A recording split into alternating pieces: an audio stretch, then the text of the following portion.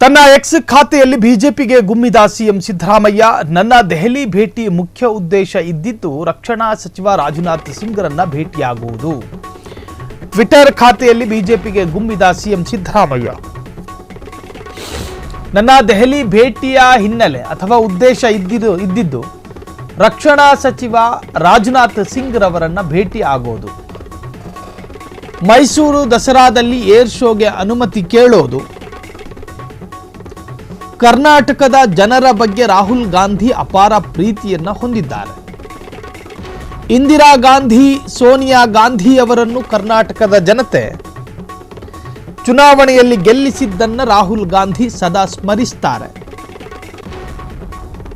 ಕಾಂಗ್ರೆಸ್ನ ಸಂಕಷ್ಟ ಸಂದರ್ಭದಲ್ಲಿ ಹೇಗೆ ಕರ್ನಾಟಕ ಕಾಂಗ್ರೆಸ್ ಪಕ್ಷದ ಜೊತೆಗೆ ನಿಂತುಕೊಂಡಿದೆ ಎನ್ನುವುದನ್ನು ಸ್ಮರಿಸುತ್ತಾರೆ.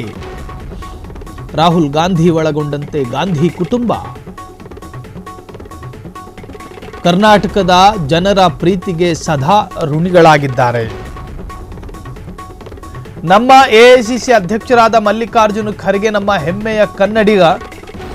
ಕರ್ನಾಟಕದ ಸಕಾರಾತ್ಮಕ ಬದಲಾವಣೆಯ ಬಗ್ಗೆ ರಾಹುಲ್ ಗಾಂಧಿ ಬದ್ಧರಾಗಿದ್ದರೆ ಬಿಜೆಪಿ ಕನ್ನಡಿಗರಿಗೆ ದ್ರೋಹ ಎಸಗಿದೆ. ಕನ್ನಡಿಗರಿಗೆ ಸಿಗಬೇಕಿರುವ ಅಗತ್ಯ ಅನುದಾನವನ್ನು ನಿರಾಕರಿಸಿ ದ್ರೋಹ ಎಸಗಿದೆ. ಕರ್ನಾಟಕದಲ್ಲಿ ಭೀಕರ ಪ್ರವಾಹ ಬಂದಾಗ ಪ್ರಧಾನಮಂತ್ರಿ ಮೋದಿ ಒಂದೇ ಒಂದು ಮಾತು ಆಡಲಿಲ್ಲ. ಕನ್ನಡಿಗರ ಹಕ್ಕುಗಳಿಗಾಗಿ ನರೇಂದ್ರ ಮೋದಿ ಎದುರು ನಿಂತು ಮಾತಾಡುವ ಬೆನ್ನುಮೂಳೆ ಕರ್ನಾಟಕದ ಬಿಜೆಪಿ ಸಂಸದರಿಗೆ ಇಲ್ಲವೇ ಇಲ್ಲ. ಮೋದಿಗೆ ಕರ್ನಾಟಕ ನೆನಪಾಗುವುದು ಚುನಾವಣೆ ಸಂದರ್ಭಗಳಲ್ಲಿ ಮಾತ್ರ. ಕಾಂಗ್ರೆಸ್ಗೆ ಕರ್ನಾಟಕದ ಕಲ್ಯಾಣ ನಿತ್ಯದ ಬದ್ಧತೆ, ಪ್ರತಿದಿನ ಅದರ ಬಗ್ಗೆ ಯೋಚನೆ ಮಾಡ್ತೀವಿ ಅಂತ ಹೇಳಿದ್ದಾರೆ. ಎಕ್ಸ್ನಲ್ಲಿ ಬಿಜೆಪಿಗೆ ಗುಮ್ಮಿದ ಸಿದ್ದರಾಮಯ್ಯ ಮಾರ್ಮಿಕವಾಗಿ ಮಾತನಾಡಿದ್ದಾರೆ. ನನ್ನ ದೆಹಲಿ ಭೇಟಿ ಮುಖ್ಯ ಉದ್ದೇಶ ಇದ್ದಿದ್ದು ರಕ್ಷಣಾ ಸಚಿವ ರಾಜನಾಥ್ ಸಿಂಗ್ರನ್ನ ಭೇಟಿಯಾಗೋದು, ಮೈಸೂರು ದಸರಾದಲ್ಲಿ ಏರ್ ಶೋಗೆ ಅನುಮತಿ ಕೇಳುವುದಾಗಿತ್ತು. ಅವರ ಬಳಿಯ ಭೇಟಿಯ ಉದ್ದೇಶ ಕರ್ನಾಟಕದ ಜನರ ಬಗ್ಗೆ ರಾಹುಲ್ ಗಾಂಧಿ ಅಪಾರ ಪ್ರೀತಿಯನ್ನು ಹೊಂದಿದ್ದಾರೆ. ಸೊ ಇಂದಿರಾ ಗಾಂಧಿ, ಸೋನಿಯಾ ಗಾಂಧಿ ಅವರನ್ನೂ ಕೂಡ ಕರ್ನಾಟಕದ ಜನತೆ ಮೆಚ್ಚಿಕೊಂಡಿದ್ರು. ಕರ್ನಾಟಕದ ಚುನಾವಣೆಯಲ್ಲಿ ಗೆಲ್ಲಿಸಿದ್ದನ್ನು ಕೂಡ ರಾಹುಲ್ ಗಾಂಧಿ ಸದಾ ಸ್ಮರಿಸ್ತಾರೆ. ಕಾಂಗ್ರೆಸ್ನ ಸಂಕಷ್ಟ ಸಂದರ್ಭದಲ್ಲಿ ಹೇಗೆ ಕರ್ನಾಟಕ ಕಾಂಗ್ರೆಸ್ ಪಕ್ಷದ ಜೊತೆಗೆ ನಿಂತುಕೊಂಡಿದೆ ಎನ್ನುವುದನ್ನು ಸ್ಮರಿಸ್ತಾರೆ.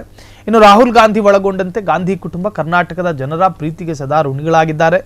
ನಮ್ಮ ಎಐಸಿಸಿ ಅಧ್ಯಕ್ಷರಾದ ಮಲ್ಲಿಕಾರ್ಜುನ ಖರ್ಗೆ ಹೆಮ್ಮೆಯ ಕನ್ನಡಿಗ. ಕರ್ನಾಟಕದ ಸಕಾರಾತ್ಮಕ ಬದಲಾವಣೆಯ ಬಗ್ಗೆ ರಾಹುಲ್ ಗಾಂಧಿ ಬದ್ಧರಾಗಿರುತ್ತಾರೆ. ಬಿಜೆಪಿ ಕನ್ನಡಿಗರಿಗೆ ದ್ರೋಹ ಎಸಗಿದೆ.